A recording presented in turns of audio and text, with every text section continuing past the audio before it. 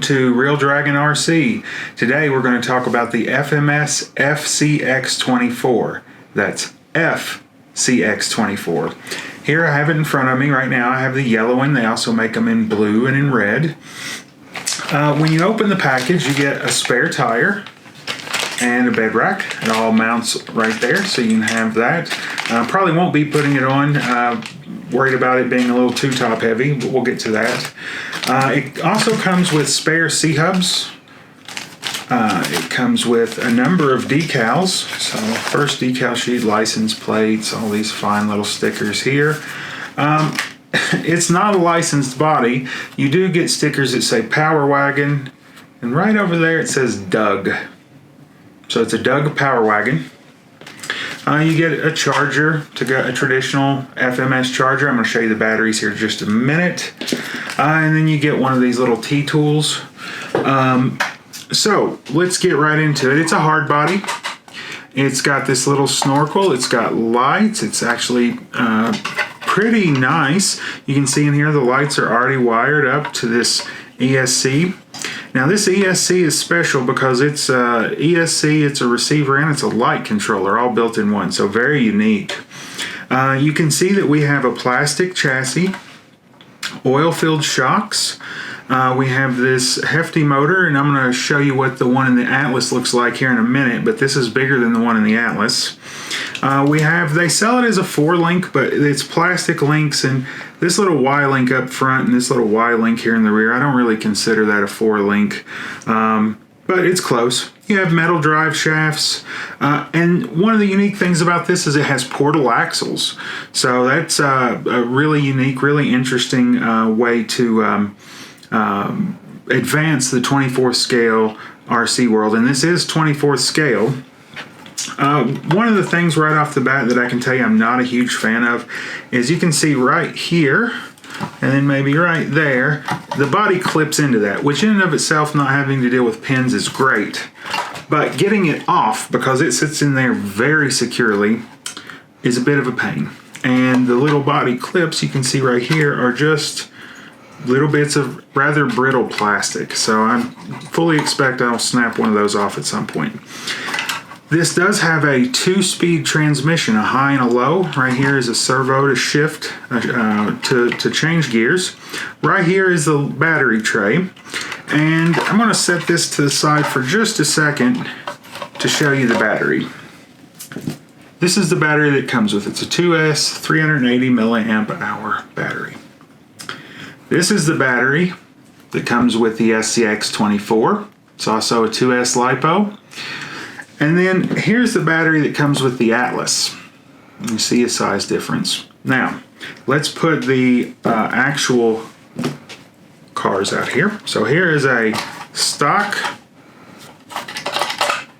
FCX24. Here is a stock Atlas. These are made by FMS. And then here's a heavily modified FCX24 for comparison. This is 1/24th scale, this is 1/24th scale, and this is 1/18th scale. So just keep in mind this is not your typical 24th scale size. It's much closer to the Atlas. One of the things they didn't do that might have been nice is on the Atlas, it's mounted with magnets and it just pivots up, whereas this has those body clips I was mentioning earlier. But let's put those aside for a minute. Now that you've seen the batteries, you've seen the competition, let's look at the radios. So this is the radio for the FCX24. It's actually pretty neat. It's lightweight. It's got dual rate steering trim, all of the things you'd normally expect. And then it's got this little thing right here. And these are 4 little up and down switches. And that allows you to set things like, do you want it in forward, brake, reverse, just forward and reverse? How do you want to set your drag brake? You can do all of that from right here, which is really nifty. You also have this channel that you use to change from high gear to low gear, and then this button right down here is for changing the lights from off to standard and then to high. So that's the radio. Now let's put that against the Atlas radio. Rather plain, 3-channel, has this button style trim. You can see that next to the FCX. Now let's compare that to the FCX radio, which is, I would say, kind of a standard size. Got the flip up, nothing fancy in here, just ability to adjust your steering. And again, put that size-wise against the FCX24. Pretty nifty. It's little, it's lightweight, but it feels good in your hand. So, Portal's 2-speed, not a real 4-link, hard body, optional spare, cool lights, oil-filled shocks, which is really nice. They're still kind of spongy, but adjustable oil and the like will help with that. All of them come with these red tires and these kind of red wheels and kind of tractor-looking tires. They're also kind of soft. I call the ones on the Atlas marshmallows, and these are more like stale marshmallows.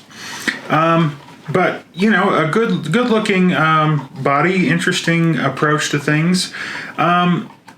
So I'm going to get it out and run it here in just a minute and show you what it's like out on the trail. So hang tight. Okay, we got it out here. We're going to give it a run. Another point I mentioned earlier, but that body is real hard to get on and off.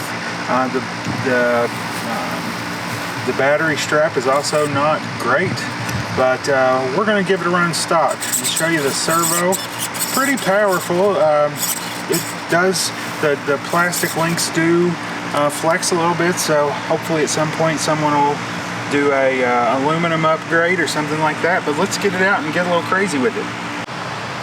Okay, so here we come in high gear through the grass.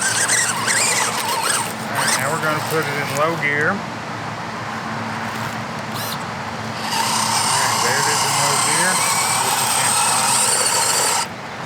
We're getting on the loose sand here a little bit.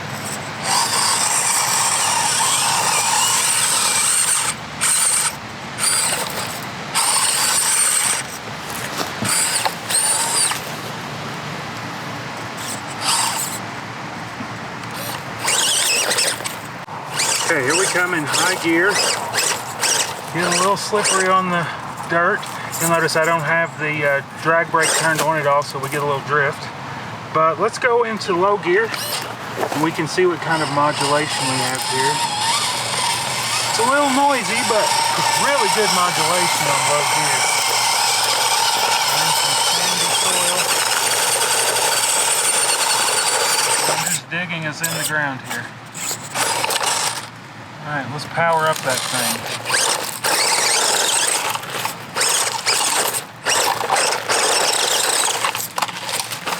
Little tumble.